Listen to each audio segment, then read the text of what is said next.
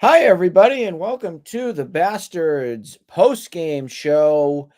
I am Nick. We also have Brendan here tonight to celebrate the fact that the Red Sox have picked up a game on the Rays, the Jays, and the Astros.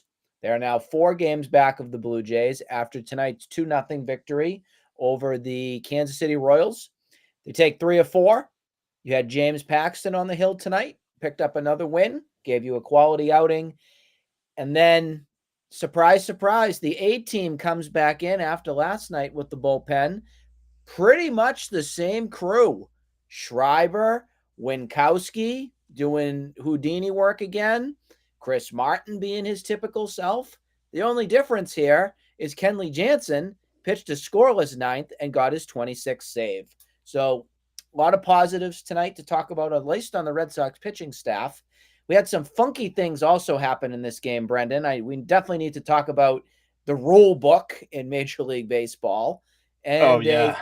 a funky, thank God for our review to check on hitting a left field wall down in the Green Monster. So they had to go to replay to check that. But that's the story of tonight's game. Notice how I said that's the story of tonight's game. I wanted to get into him. He broke his 0-7 run there, Nick. He hits a double, and he makes contact, like what are we at 1-8 now on Story? But hey, you got to start somewhere. Um, we'll see if that can develop. When you look at the pitching today, James Paxton, wow, the changeup was amazing. I'm always very attached to watching James Paxton play because that was my first show was with Trust in Big Maple, and he pitched a great game, got a win. And then you're right, this bullpen when you set these four guys out, Martin, Wink, Jansen, and Schreiber, they're electric. They got electric stuff. Winkowski was in a little bit of a jam, but he got two Bear down. critical punch outs, and he finished that inning off. And the Red Sox, they come out with a win in a must-win series. It's a scrappy series against the Kansas City Royals. They're gonna scrap with you. They've run so fast, but Yeah, they, but they um fly. but hey, you got to pitch to them well, and the Sox did. They end up coming up with a win. It's huge. It's huge. 4 games back. Detroit is next. Looking forward to that for sure. On the Royals front, I do want to put the spotlight on one particular player because this guy I think is going to end up being the real deal. Bobby Witt Jr. That guy is going to be an exciting player to follow and watch. You He's a got a gamer. chance to see it up close this series. The guy's got speed. He can hit for power. He's an impactful player. I'd take him as my shortstop over Trevor Story any day of the week on just from seeing his fundamentals and everything. Exciting player to follow and definitely somebody that I'm going to keep my eyes on to see and kind of track his career and see how he's doing. So sometimes series like that, they are able to kind of show you and a sample size of how some of these other players play in different teams and everything. And that's one guy for me that I was pretty. He's an exciting player, exciting player, and I just want to throw my props out to him, the Royals, for that. Usually we don't do that or anything on our shows that we do, but I thought it was appropriate. I think this kid's gonna be something special here in Major League Baseball. So salute, kudos over to Bobby Witt Jr. Yeah, watch to see him be the nucleus of that core being built down in Kansas City. That's a young team, young, scrappy team that's growing. Their their farm is not the best, that's for sure, but they have someone to build around right now with Bobby Witt Jr. Um, and he's a gamer. I like what I'm seeing from him. He scraps and he leads that team. Um, Also, I mean, we can talk about. I'm still on Justin Turner watch. That's the I tweeted today. I just wanted to say one thing about him, like this team is not the same without him, and it I am really not. shows what what Heimblum knows as a president of baseball operations that he would dangle Justin Turner as trade bait when he the fundamentals, the intangibles, and the clutch game IQ. He does it all, and this team isn't the same without him. And if he traded Justin Turner and sold him for prospects, this team would have blown up. You would have got swept by Kansas City. even though he didn't Last play. last night on the show, we talked about the depth of the lineup for the length that it adds with a Turner anchoring a Devers and a Devers protecting a Yoshida and Yoshida protecting Duvall, or the whole chain of events that's going there. Right now, you have a broken chain. That chain needs to come back together and start circulating again. Kind of in a way, an analogy of how a bike goes. If you break the chain on the bike, it's not going to go. Well, that chain needs to get put back together, and Justin Turner is one of those links to that chain that is so pivotal to this lineup. Yes, you got 3 out of 4, but we also need to be real here and tell you that this was a struggle of a series for the Red Sox, and it never should have been. Don't forget Tuesday night, folks. They lost 9-3 and got their pants taken off by the Royals. So, yes, it's a feel good. We've won 2 in a row.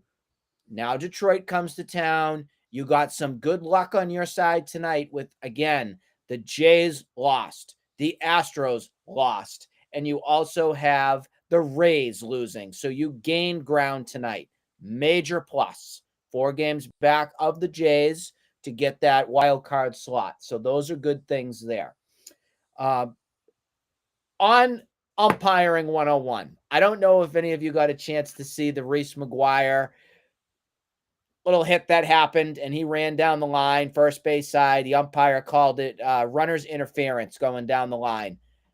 I got to tell you, I'm really surprised Alex Cora didn't get rung from this game. That is not interference. I'm sorry.